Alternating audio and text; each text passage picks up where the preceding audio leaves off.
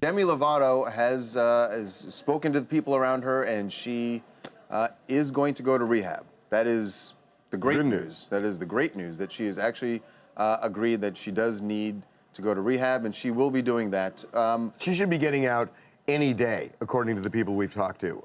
Could be today, but it's going to be any day. She's doing a lot better now, and this is a week and a half after the OD. And we now know just how dire things were that morning at her home when she OD'd.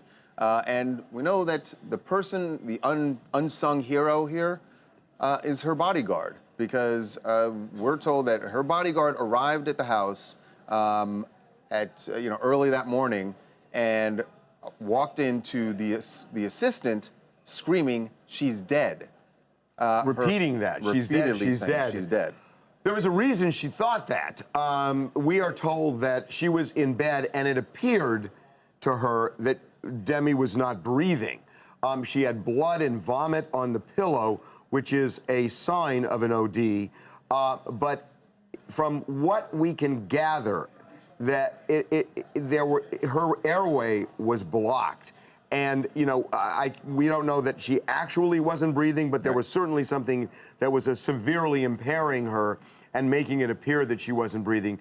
The bodyguard stepped in. And thank God the bodyguard clearly has had some training in this area, because he stepped in, propped her up, got her into a position where he could try to clear her airway. It's interesting. I know it was not CPR. Right. It wasn't CPR. It looks like what he did was, like you said, propped her up, cleared the airway, which is what you do in a situation like that, and waited for the paramedics to arrive, who then administered the Narcan, which counters the, an opioid overdose. The more the details come out about what went down, the more it becomes really obvious that she's really lucky to be alive. Oh, yeah.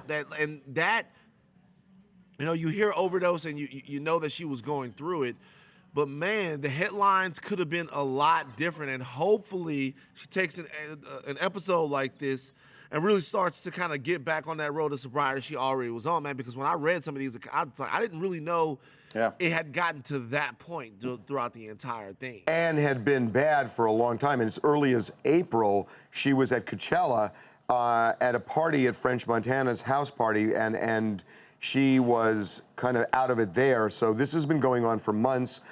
It got worse and worse. And again, one of the things that people talk about is, wow, she now has got to be really scared, which I'm sure she is, but addiction is so treacherous and difficult.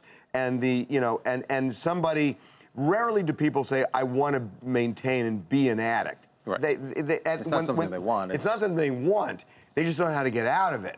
And sometimes you fall off the wagon and, it just happens, and it happened to her. But the good news is, Harvey, that she has agreed to go to rehab, and she will be getting out of the hospital, we're told, as early as this weekend. So. Yeah, so, that's really good. It's going to be a live-in facility. It's going to be a long-term rehab. And remember, the last time she went, she then ended up in a sober house and stayed there for more than a year. Voluntarily, chose to stay there for a long time. So. Hi, this is Giovanna from Plano, Texas. And I think that Demi Lovato assistant and bodyguard came just in time to her rescue. And it's sad to see her relapse after 6 years of sobriety. And at this point in her life, I think she needs to be around positive people that influence good things in life. Yeah, well, she does have a lot of positive people around her. We know that. So she's going to, she'll have the support group if she wants the help.